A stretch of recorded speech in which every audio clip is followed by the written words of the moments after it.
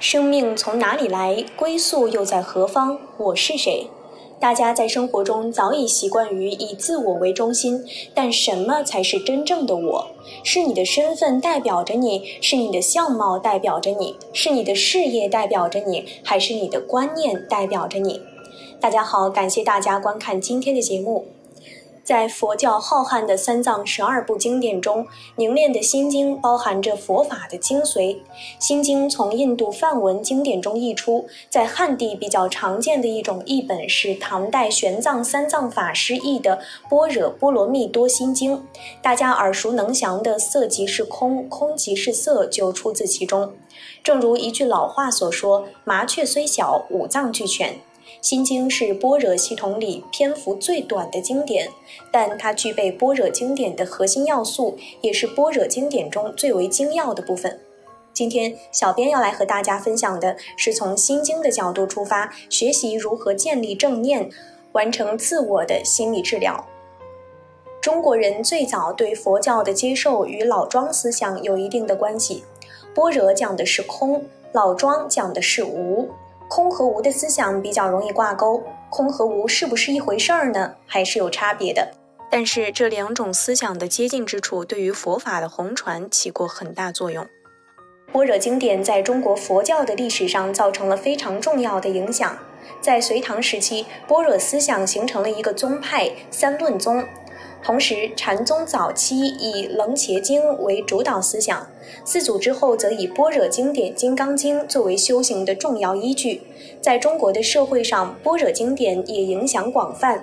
在临床心理学没有出现之前，佛教在中国社会上长期担任心理治疗的角色。可以说，《金刚经》和《心经》为中国人的心理治疗早已立下了汗马功劳。古代的很多士大夫、文人乃至老百姓，苦恼的时候念诵心经，内心就会平静下来。那心经为什么具备这样强大的心理治疗功能呢？我们试着来理解它的治疗原理。首先，般若在汉语中没有能够准确对应的词汇，可以方便地译为智慧。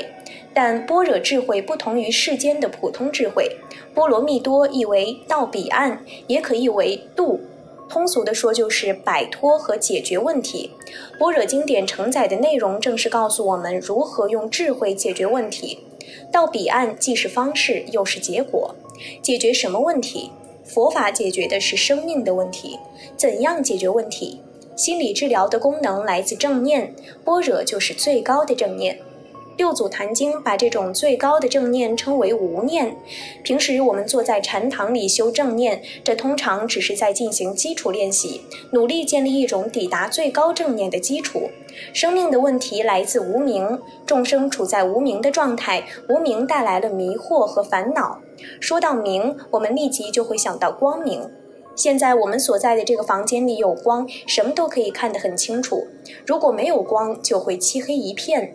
同样的，生命也存在这两种状态，明和无明。无明相对明而言，明是指每个人的内心都有一盏智慧的心灯，这盏灯没有被点燃的时候，整个生命处在昏暗之处，这就是普通人的现实状况。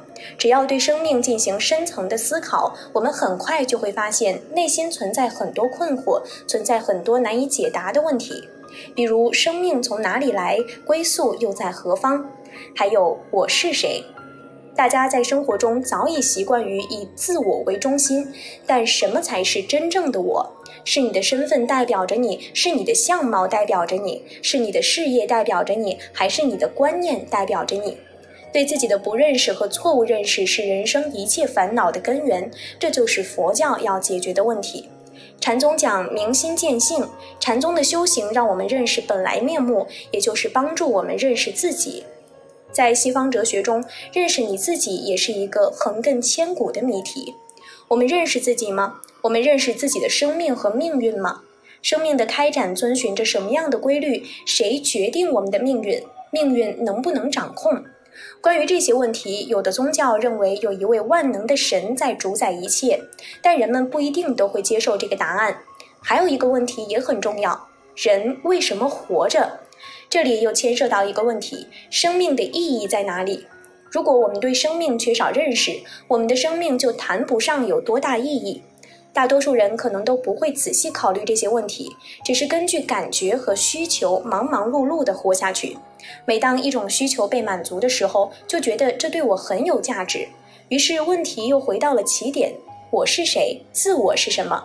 人们抛下这些重要的问题不去探索，寻求什么就会去追逐什么，却没有去审视我们的需求健康不健康？某种需求给自己的生命带来的是成长还是堕落？给社会的发展带来的是正向的动力还是破坏力？这些问题关系到你如何决定和选择你的未来。如果你根本不知道推动命运的力量是什么，那你的未来怎么可能幸福呢？关于幸福的问题，这是一个很大的问题。大家都关心自己的幸福，可是又有多少人找到了通往幸福的正确道路呢？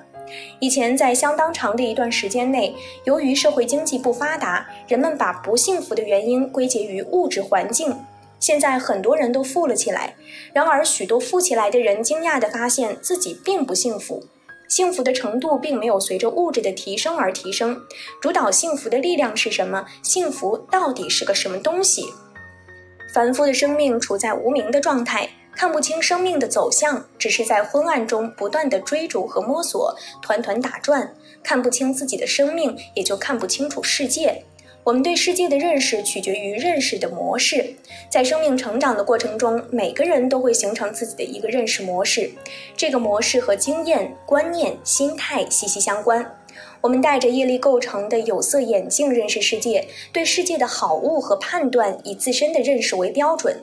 比如你认为某个东西有价值，另一个东西没有价值，觉得这个人很可爱，那个人很讨厌，这些判断的过程都被你的情绪处理过。我们看到的不是客观事实，每个人都活在自己的情绪和设定范围之内，环境符合我们的设定，满足我们的需求，我们就觉得开心；环境和我们的需求冲突，我们就觉得痛苦。对于自身的错误认定是很多烦恼产生的根源。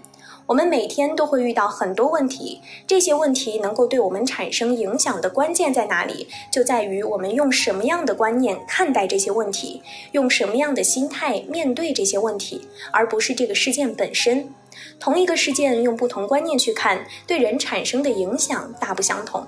因此，遭遇同样的金融风波，有的人自杀了，有的人发疯了，有的人还是很淡定地活着。面对自己的观念，不同的态度也会带来不同的结果。有的人我执我见很重，当他的一些观念被人反对的时候，他会勃然大怒。把一个观念与自我紧紧捆绑起来，你会觉得这就是我的想法，我的想法必须保持一定的权威性。当这个想法受到抵触，你受到的冲击就特别大，引发的烦恼也特别重。这样一来，你内心的回旋余地就很小了。如果你认为这只是我的思维过程中的一个想法，你就比较超然。大多数人会在内心的情绪里介入自我的成分，当情绪升起时容易陷进去，而且找出很多理由让情绪变得越来越大，这样不停地发展不良情绪，人生的痛苦就会没有尽头。情绪并不是你，它只是和你有一定关系。不良情绪是内心错误观念的产物，就像身上长出的毒瘤。有了这样的认识，你可以对情绪进行观察，与情绪保持距离。缺乏智慧的关照，你的情绪就会变成你的一切。每个人的内心都具有觉悟的潜质，每个人都有解除迷惑烦恼的能力，也就是说，每个生命都具有自我拯救的能力。谁是最好的心理治疗师？佛法的智慧告诉大家，你自己才是你最好的治疗师。无论是从身体的角度还是心理的角度来说，我们都具备自愈的能力。优秀的心理医生所做的工作就是疏导，帮助来访者获得内在自我治疗的一种正向心理。传统的中医也是给病人做一个疏导，让身体恢复本身的潜能。佛陀不是一位发明者，他是一位发现者。无论佛陀是否出世，佛法的真理都存在。佛陀出世的意义在于把真理给大家开显出来。佛教开显的真理其实是超越佛教的，佛法提供的是普世的智慧和道德。既然佛法的真理是超越佛教的，为什么我们还要笃信佛教，学习佛法呢？因为只有通过佛教的这个渠道，才能很好的认识真理。不学佛，我们很难找到一种方式了解生命是怎么回事儿，这就是学佛的意义所在。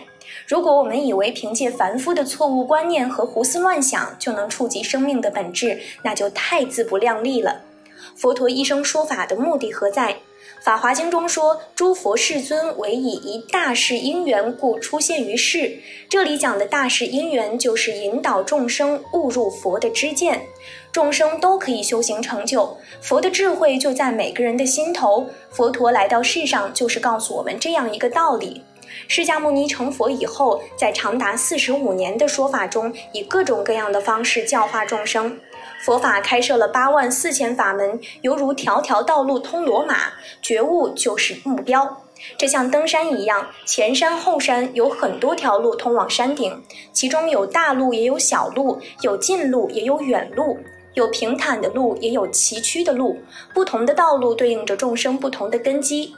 佛教分为南传佛教、藏传佛教、汉传佛教。汉传佛教有8大宗派：唯识、中观、天台、华严、禅宗、净土、律宗、密宗。经常有人问如何看待佛教宗派，简单的说，一个宗派就是一套修学体系，这些宗派是一套一套导向觉醒的课程，不同课程设置针对不同群体，但终极目标是一致的。众生通过修行走向觉悟，所有心病都将不药而愈，所有问题都会迎刃而解。好了，今天的内容就和大家分享到这儿了。愿观看此文者皆开悟见性，愿转此视频者皆圆满人生，愿赞此视频者皆神性具足，愿以此视频功德回向所有人。